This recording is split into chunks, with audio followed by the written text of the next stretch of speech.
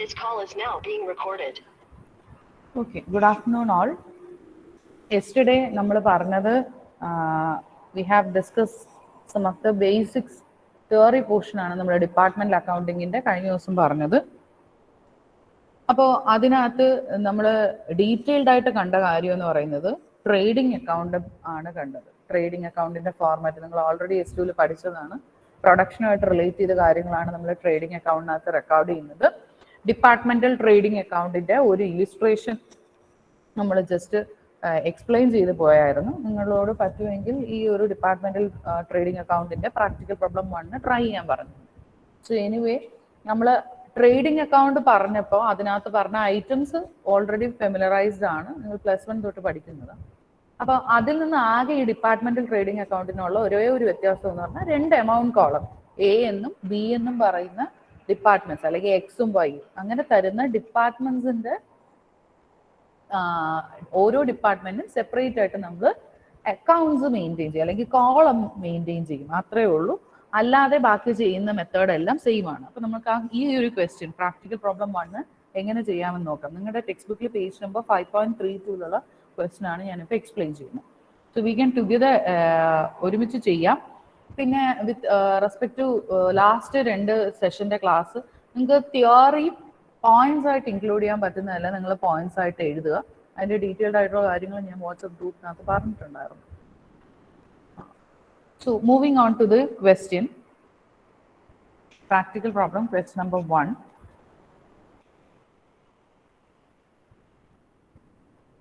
So നമ്മുടെ question പറഞ്ഞേക്കുന്നത് from the following prepare trading account of department A and B of Kairali stores.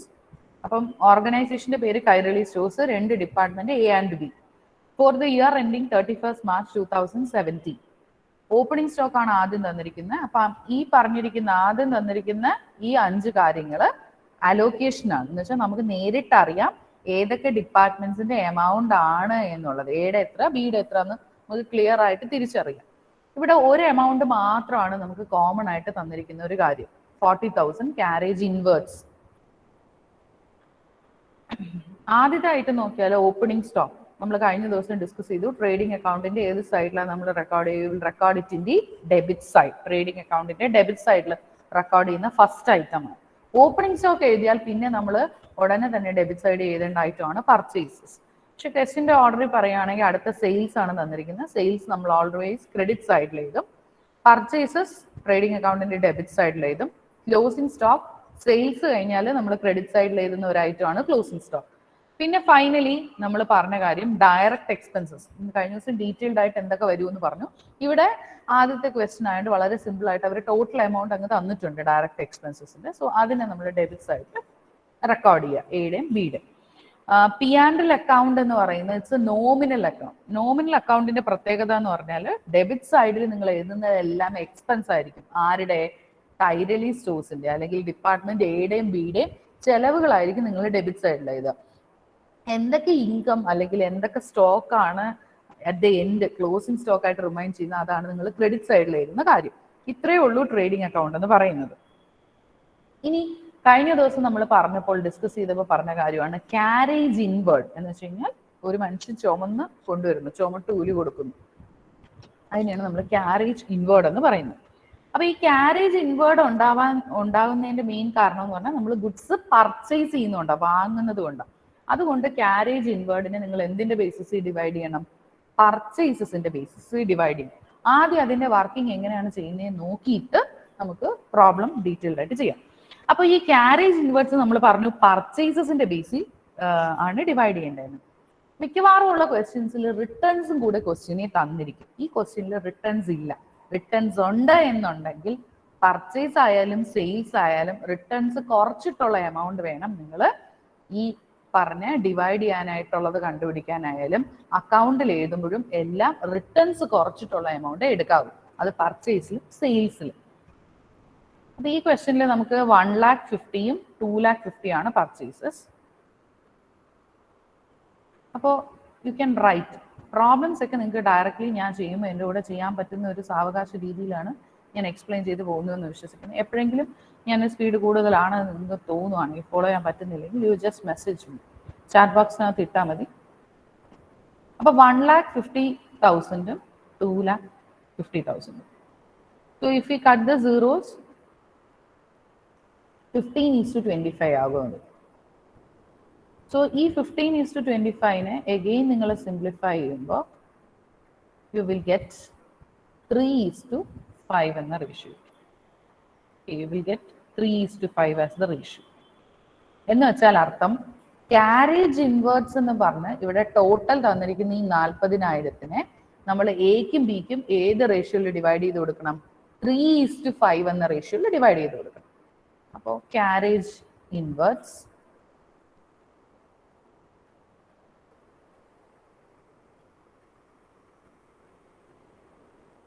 carriage inverts amount 40,000. So between A and B 3:5 and divided. So 40,000 into 3 plus 5 is 8. So 3/8. It is 15,000.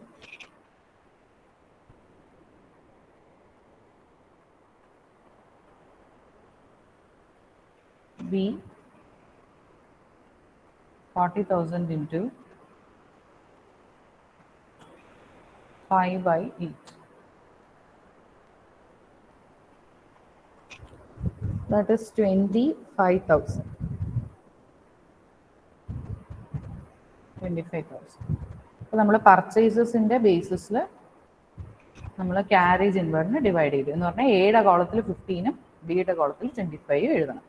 അപ്പോൾ നമുക്ക് ആ question ഇനി detailed ആയിട്ട് ചെയ്യാം. So നമ്മൾ പറഞ്ഞു the account which we R preparing is departmental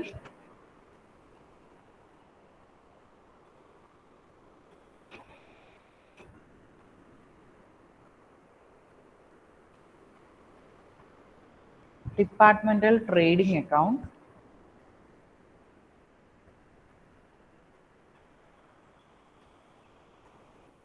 of ആ particular ഓർഗനൈസേഷൻ്റെ പേര്. കൈരളി സ്റ്റോഴ്സ് ഒന്നുകിൽ ആ സ്ഥാപനത്തിൻ്റെ പേര് എഴുതാം, ഇല്ല ഡിപ്പാർട്ട്മെൻറ്റിൻ്റെ പേരാണ് തന്നിരിക്കുന്നതെങ്കിൽ ഡിപ്പാർട്ട്മെൻറ്റ്സിൻ്റെ പേര്. Four the year end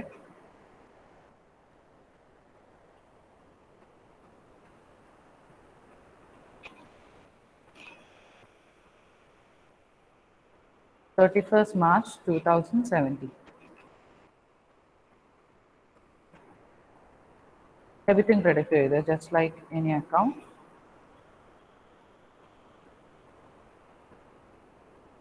Then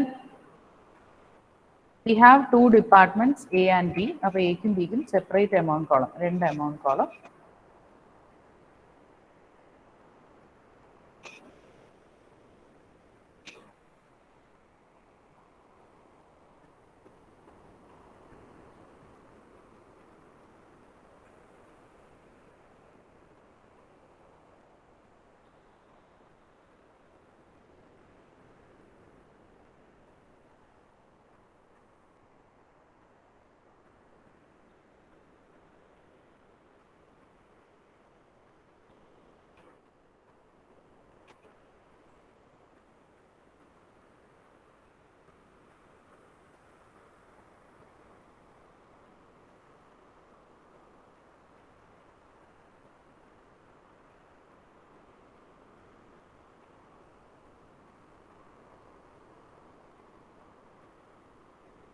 Hope you all are ready with the account.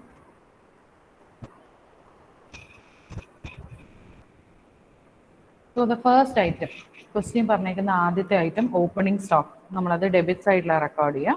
So opening stock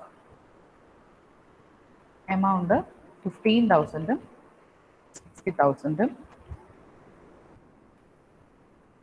Then അടുത്ത ഐറ്റം ഇറ്റ് ഇസ് സെയിൽസ്. ആ ക്വസ്റ്റിന് പറയുന്ന ഓർഡറിൽ തന്നെ പറഞ്ഞു പോകും, ഐറ്റം വിട്ടുപോകാതിരിക്കാൻ വേണ്ടിയിട്ട്. So sales you will record it in the credit side. So sales amount 1,80,000 4 lakhs.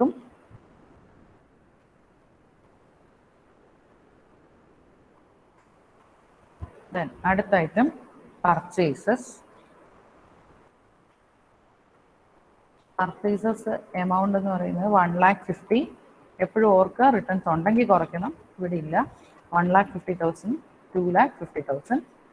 then അടുത്ത item closing stock, അത് ക്രെഡിറ്റ് സൈഡിൽ റെക്കോർഡ് ചെയ്യുക. ക്ലോസിംഗ്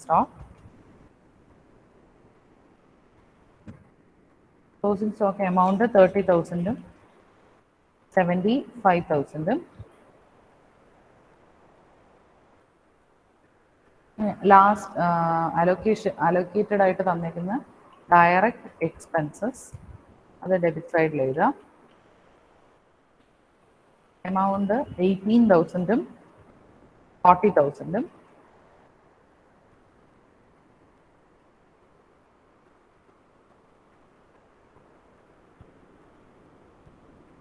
ഡയറക്റ്റ്ലി തന്നിട്ടുള്ളത് കഴിഞ്ഞു. ഇനി നമ്മൾ അപ്പോഴേ നേരത്തെ കണ്ടുപിടിച്ച് വെച്ചിരിക്കുന്ന ക്യാരേജ് ഇൻവേർട്സ് ആണ്.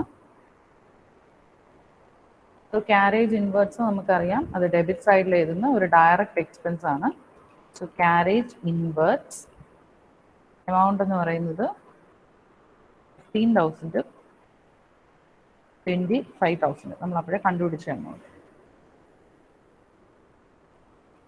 നമ്മൾ അപ്പോഴേ ഈ ക്യാരേജ് ഇൻവേർട്സിന് വേണ്ടി ചെയ്ത ഈ കാൽക്കുലേഷൻ നിങ്ങൾ വർക്കിംഗ് നോട്ടിൽ എഴുതി വെക്കുക.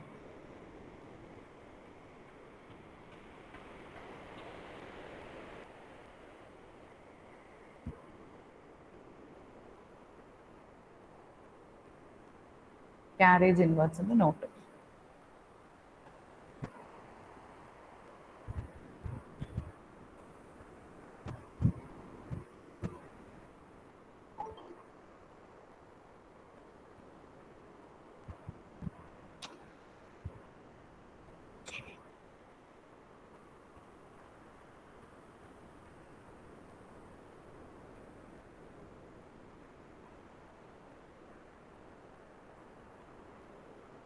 Okay, moving to the balancing. ആദ്യം നമ്മളിപ്പോൾ അക്കൗണ്ട്സിനകത്ത് ഐറ്റം ഒക്കെ എഴുതി. ഇനി നമ്മൾ ചെയ്യേണ്ട ഒരു കാര്യം എന്ന് പറഞ്ഞു കഴിഞ്ഞാൽ you have to balance the account. Debit സൈഡിൽ എത്രയാണ് ടോട്ടൽ വരുന്നത് ചെയ്ത് നോക്കിയേ. ഡെബിറ്റ് സൈഡിൽ എത്ര ടോട്ടൽ വരുന്നുണ്ട് എയുടെ കോളത്തിൽ? ആർക്കെങ്കിലും ഒരാൾക്ക് ഒന്നിലും അൺമ്യൂട്ട് ചെയ്ത് പറയാം, അല്ല എന്നുണ്ടെങ്കിൽ എനിക്ക് ആൻസർ ചാറ്റ് ബോക്സിനകത്ത് പോസ്റ്റ് ചെയ്യാം. ഡെബിറ്റ് സൈഡിൽ എ എന്ന് പറയുന്ന ഡിപ്പാർട്ട്മെന്റിന്റെ total amount.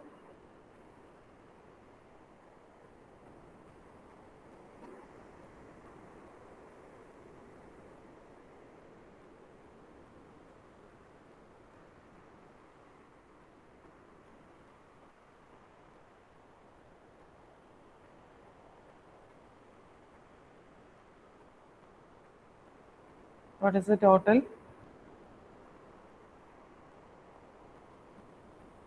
The credit side. I am asking about debit. 1,98,000.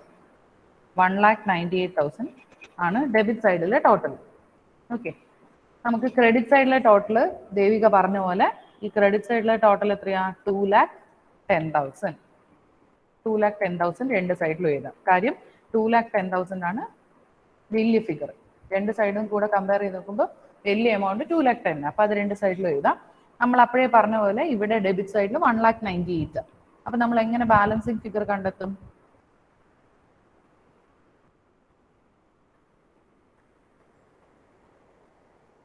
$2,10,000 എന്ത് മൈനസ് ചെയ്യുക? 1,98,000 മൈനസ് ചെയ്യുക.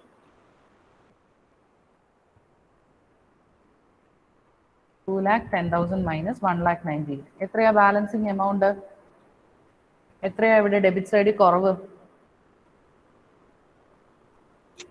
2,10,000 മൈനസ് 1,98,000 എമൗണ്ട് ഇസ് 12,000. എല്ലാവരും മറുപടി പറയുക. ഗ്രോസ് പ്രോഫിറ്റ്, ആ കിട്ടുന്ന എമൗണ്ട് ആണ് നമ്മുടെ ഗ്രോസ് പ്രോഫിറ്റ്. അത് ഡെബിറ്റ് സൈഡിൽ കിട്ടുന്നു എന്നുള്ളത് കൊണ്ട് അത് ഗ്രോസ് പ്രോഫിറ്റ്. ഇപ്പം ഇതേ കാര്യം നമുക്ക് കുറവ് വന്നത് ക്രെഡിറ്റ് സൈഡ് ആയിരുന്നുവെങ്കിൽ അത് loss ആയേനെ.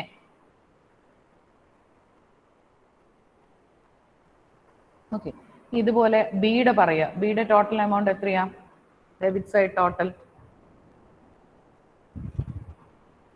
Debit side total of B 3,75,000, 3,75,000. ക്രെഡിറ്റിൽ നമുക്കറിയാം രണ്ട് എമൗണ്ടേ ഉള്ളൂ, കൂട്ടുമ്പോൾ 4,75,000. 4,75,000. അപ്പൊ ആ 4,75,000 ആണ് അവിടെയും ലാർജർ എമൗണ്ട് അല്ലെങ്കിൽ ബിഗ് എമൗണ്ട് എന്ന് പറയുന്നത്. അതുകൊണ്ട് ആ എമൗണ്ടിന് നമുക്ക് ടോട്ടലായിട്ട് എഴുതാം. ഇനി നമ്മൾ ചെയ്യുന്നത് ഈ ക്രെഡിറ്റ് സൈഡ് ആണ് കൂടുതൽ, ഈ സൈഡ് ഈ 4,75,000 ഈ ഡെബിറ്റിലുള്ള 3,70,000 കുറയ്ക്കുമ്പോൾ നമ്മുടെ ഗ്രോസ് പ്രോഫിറ്റ് എന്ന് പറയുന്നത് 1,00,000, 1 lakh.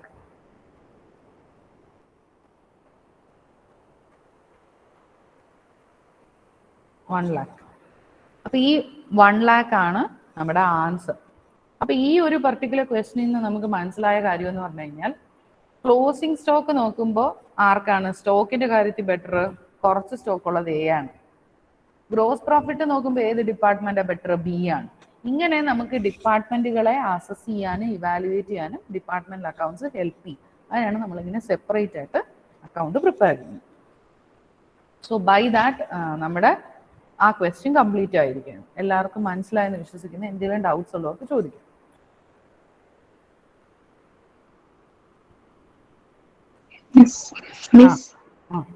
Total column വേണമെന്നില്ലേ?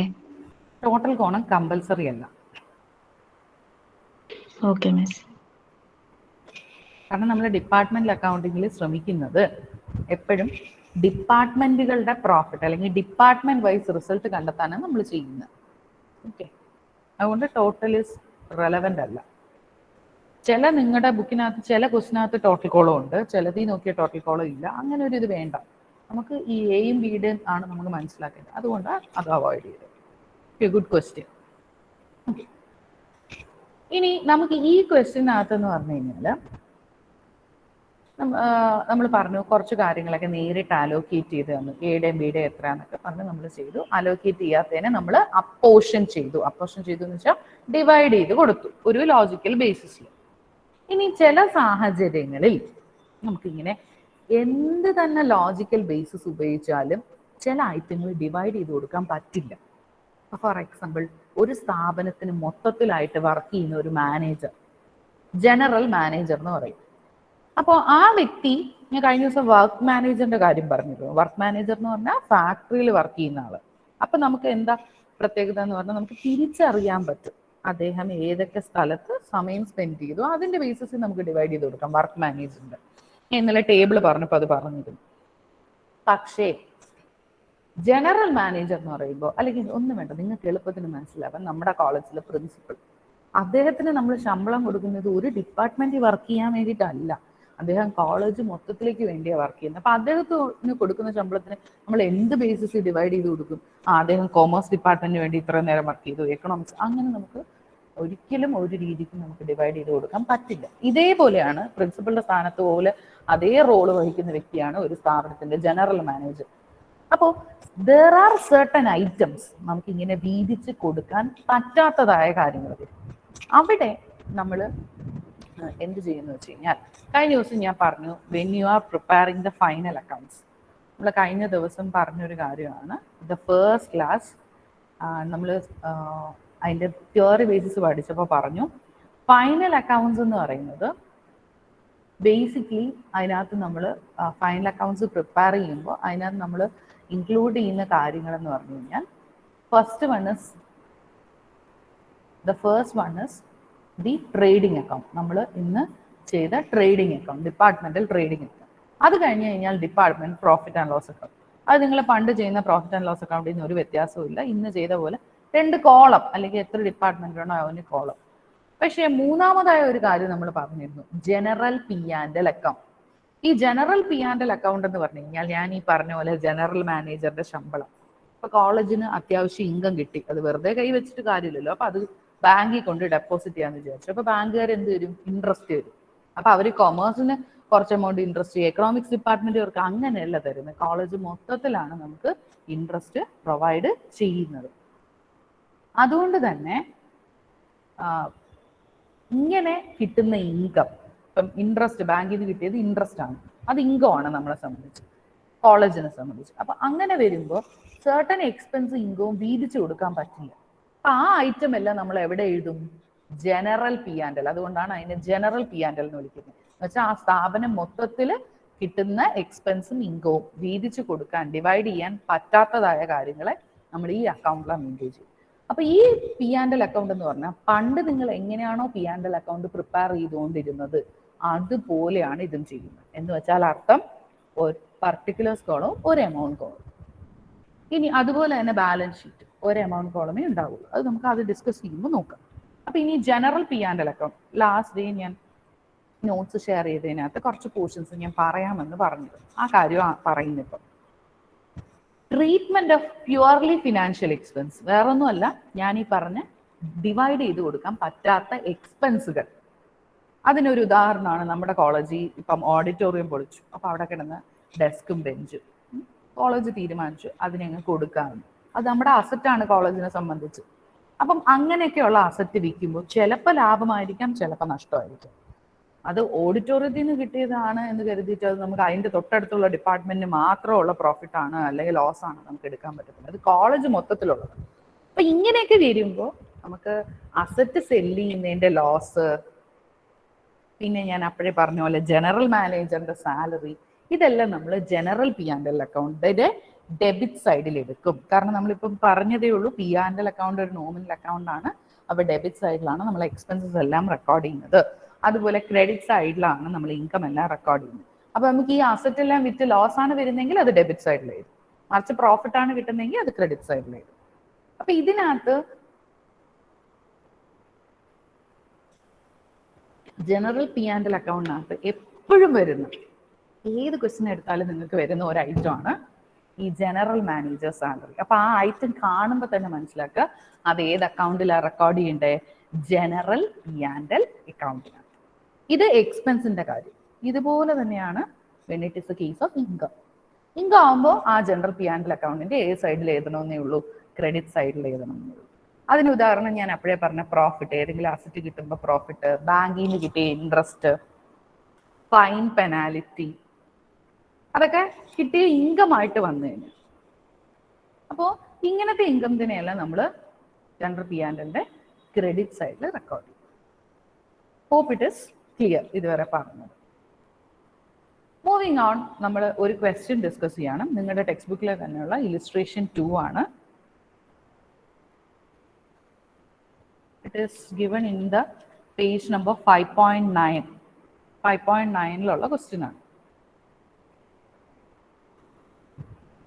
ഇതുവരെ പറഞ്ഞത് ക്ലിയർ ആണോ? എല്ലാവരും മറുപടി പറയാം. ക്ലിയർ ആണ് മിസ്.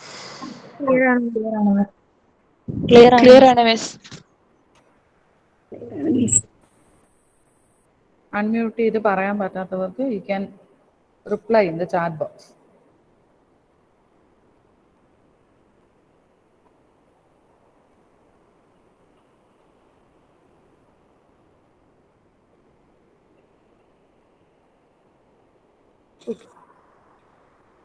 അപ്പൊ ഇനി നമുക്ക് അടുത്ത ഒരു way of question, you can reply സമയം തരാം.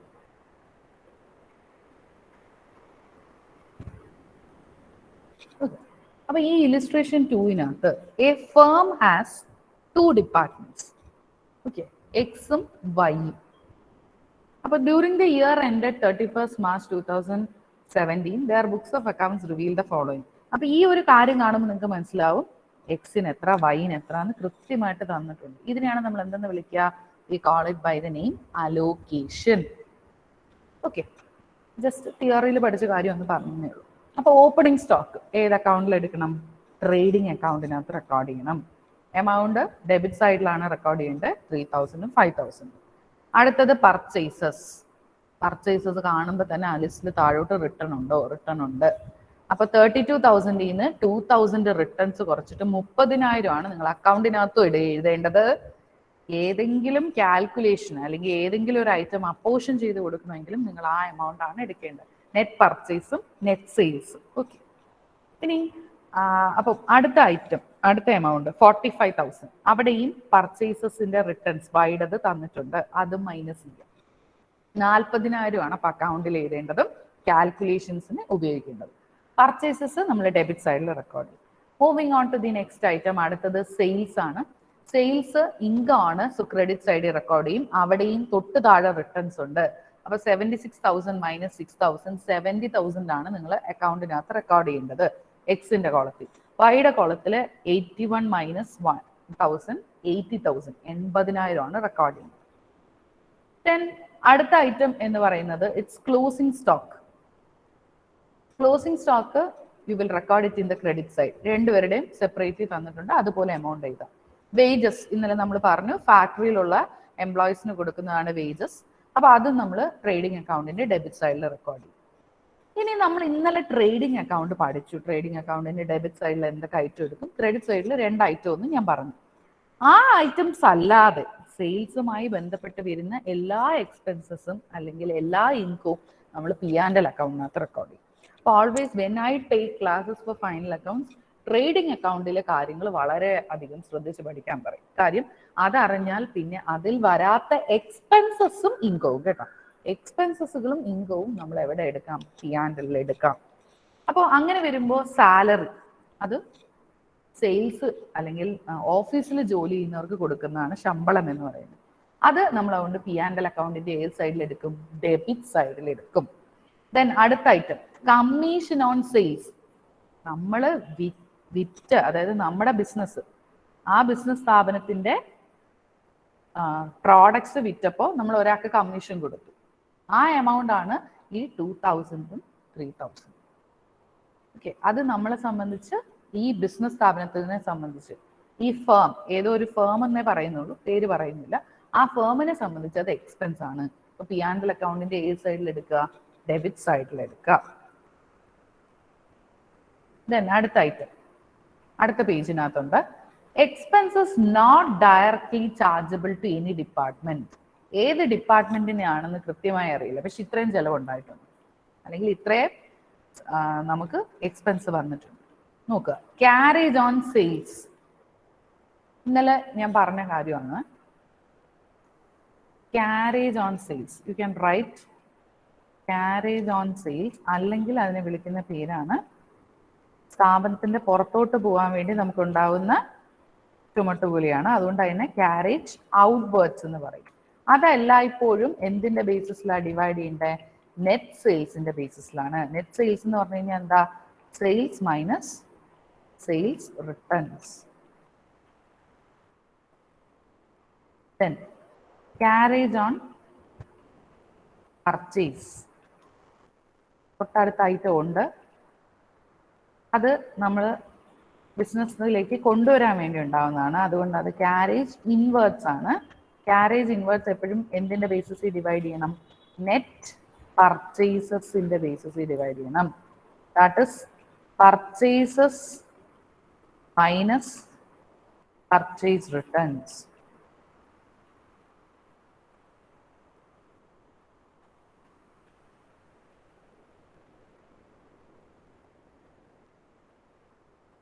ഈ 2 കാര്യമാണ് നമുക്ക് ഈ ക്വസ്റ്റിനകത്ത് വരുന്നത്.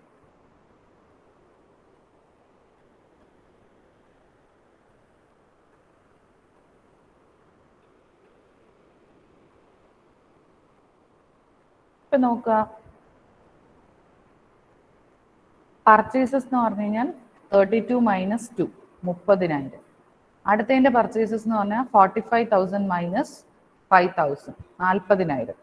അപ്പോൾ നമുക്ക് പർച്ചേസസിനെ ഡിവൈഡ് ചെയ്താൽ 30,000 ഈസ് ടു 40,000, 3 ഈസ് ടു 4 എന്ന് കിട്ടും. 30,000 ഈസ് ടു 40,000, 30,000 40,000 റിട്ടേൺസ് കുറച്ച് കഴിയുന്നു. അപ്പൊ ഇവിടെ നമുക്ക് ക്യാരേജ് ഇൻവേർഡ് ആണ് 3,500 രൂപ.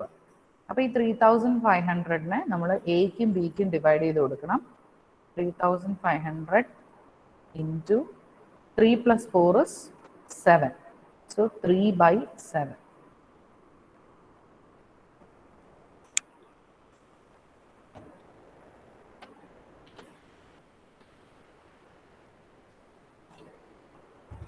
Carriage inward ആണ്, amount is 3,500. Okay, correct. അപ്പോൾ 1,500 എന്ന് കിട്ടും. ഇനി അതേപോലെ ബി 3,500 ഇൻറ്റു ബിയുടെ ഭാഗം 4/7.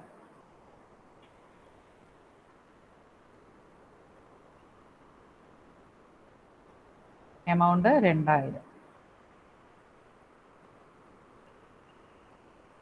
ഈ എമൗണ്ട് നമ്മൾ ആ ക്യാരേജിൻ്റെ അവിടെ റെക്കോർഡ് ചെയ്യും. ക്യാരേജ് ഓൺ പർച്ചേസ് ആണ്, ക്യാരേജ് ഇൻവേർഡ് ആണ്, അത് ട്രേഡിംഗ് അക്കൗണ്ടിലാണ് റെക്കോർഡ് ചെയ്യുന്നത്. ഇനി ഇതുപോലെ ആദ്യം തന്നിരിക്കുന്ന ഐറ്റം ക്യാരേജ് ഓൺ സെയിൽസ്. അപ്പോൾ സെയിൽസിൻ്റെ റേഷ്യോ സെയിൽസ് നോക്കാം. 76,000-ൽ നിന്നും 6,000 കുറയ്ക്കുമ്പോൾ 70,000, 70,000. വൈഡ് അത് 80,000, 81,000 മൈനസ് 1,000, 80,000. അപ്പോൾ 70,000, 80,000, 70,000, 80,000. അപ്പോൾ റേഷ്യോ എന്ന് പറയുന്നത് 7:8 എന്ന് കിട്ടും. സെയിൽസിന്റെ റേഷ്യോ എന്ന് പറയുന്നത് 70,000, 80,000 സീറോസ് ക്യാൻസൽ ചെയ്യുമ്പോൾ 7:8 എന്ന് കിട്ടും റേഷ്യോ. 7:8. നമുക്ക് ഡിവൈഡ് ചെയ്യേണ്ടത് ക്യാരേജ് ഔട്ട്വേർഡ് ആണ്. ഔട്ട്വേർഡ് അല്ലെങ്കിൽ ക്യാരേജ് ഓൺ സെയിൽസ് എന്ന് ഈ ക്വസ്റ്റ്യനിൽ വളരെ എളുപ്പത്തിന് തന്നിട്ടുണ്ട്. 3,000 രൂപയാണ് നമുക്ക് അങ്ങനെ ഡിവൈഡ് ചെയ്ത് കൊടുക്കേണ്ടത്. അപ്പോൾ എക്ക് ഡിവൈഡ് ചെയ്യുമ്പോൾ 3,000 ഇൻറ്റു 7 ഡിവൈഡഡ് ബൈ ഈ 7ഉം 8ഉം കൂടെ ആഡ് ചെയ്യുന്ന എമൗണ്ട് ആണ് ഇവിടെ എപ്പോഴും ഡിനോമിനേറ്ററിൽ എഴുതേണ്ടത്. 15.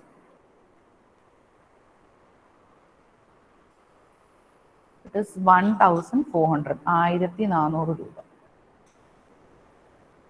ഇനി അതുപോലെ ബിക്ക് എന്ന് പറയുമ്പോൾ 3,000 ഇൻറ്റു 8/15,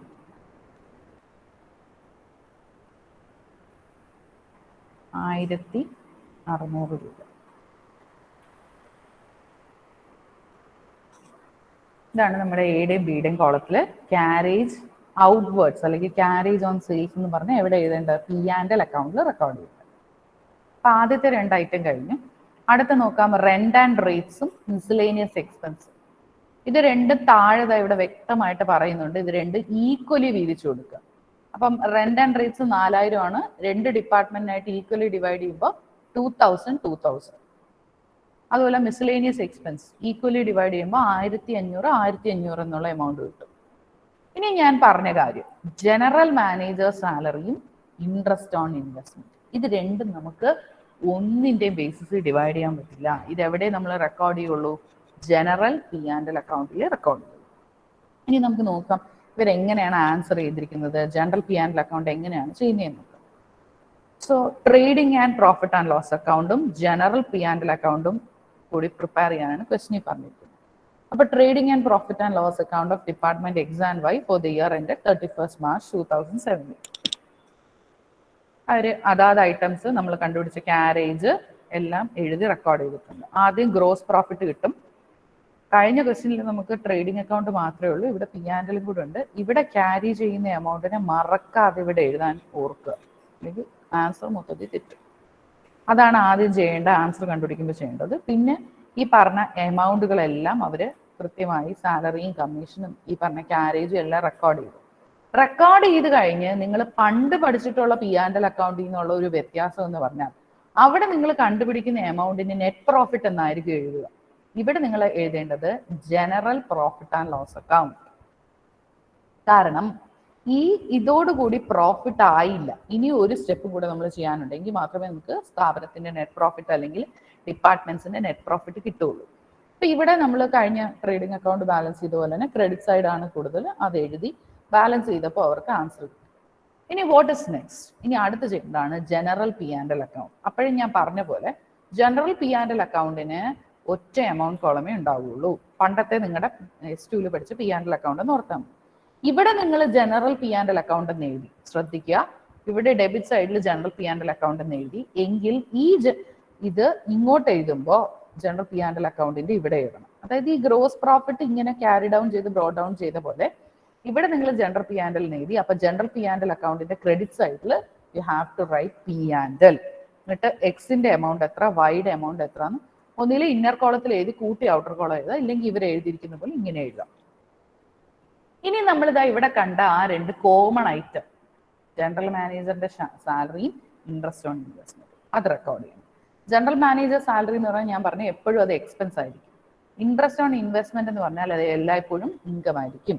അപ്പോൾ ഡെബിറ്റ് സൈഡിൽ ജനറൽ മാനേജർ സാലറി എഴുതുക, ക്രെഡിറ്റ് സൈഡിൽ ഇൻട്രസ്റ്റ് ഓൺ ഇൻവെസ്റ്റ്മെന്റ് എഴുതുക. അപ്പോഴും ബാലൻസ് ചെയ്ത് നോക്കുക. ഇവിടെ 6000 രൂപയെ നമ്മൾ എഴുതിയിട്ടുള്ളൂ ഐറ്റം ആയിട്ട്. ഇവിടെ ടോട്ടൽ 48,500 ഉണ്ട്. ബാലൻസിങ് ഫിഗർ, നിങ്ങൾക്ക് എന്താണോ ബാലൻസിങ് ഫിഗർ ആയിട്ട് കിട്ടുന്നത് ആ എമൗണ്ടിനെ നമ്മൾ വിളിക്കുന്ന പേരാണ് നെറ്റ് പ്രോഫിറ്റ്. അപ്പോൾ ഒരു സ്റ്റെപ്പും കൂടെ നമ്മൾ മുന്നോട്ട് ചെയ്യണം. ഇത് മാത്രമാണ് ആകെ ഉള്ള ഡിഫറൻസ്. അതെന്തുകൊണ്ടാണ്? അവിടെ നമ്മുടെ എയുടെയും ബിയുടെയും പ്രോഫിറ്റാണ് കണ്ടുപിടിച്ച്, പക്ഷെ കോമൺ ആയിട്ട് ഒരു എക്സ്പെൻസും ഒരു ഇൻകവും കൂടെ ഉണ്ടായിരുന്നു. അപ്പൊ അതും കൂടി അഡ്ജസ്റ്റ് ചെയ്താൽ മാത്രമേ കൃത്യമായിട്ട് നമുക്ക് പ്രോഫിറ്റ് കണ്ടുപിടിക്കാൻ പറ്റുള്ളൂ. ഇങ്ങനെയാണ് ജനറൽ P&L അക്കൗണ്ട് പ്രിപ്പയർ ചെയ്യുന്നത്. ക്ലിയർ ആണോ? മനസ്സിലായോ?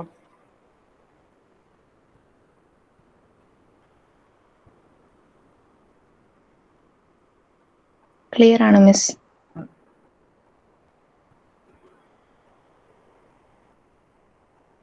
അപ്പൊ what I does in the last class അവിടെ ചെയ്ത പോലെ തന്നെ ഞാൻ കഴിവതും ഇലിസ്ട്രേഷൻ ഉണ്ടെങ്കിൽ അതൊന്ന് എക്സ്പ്ലെയിൻ ചെയ്യുന്നു.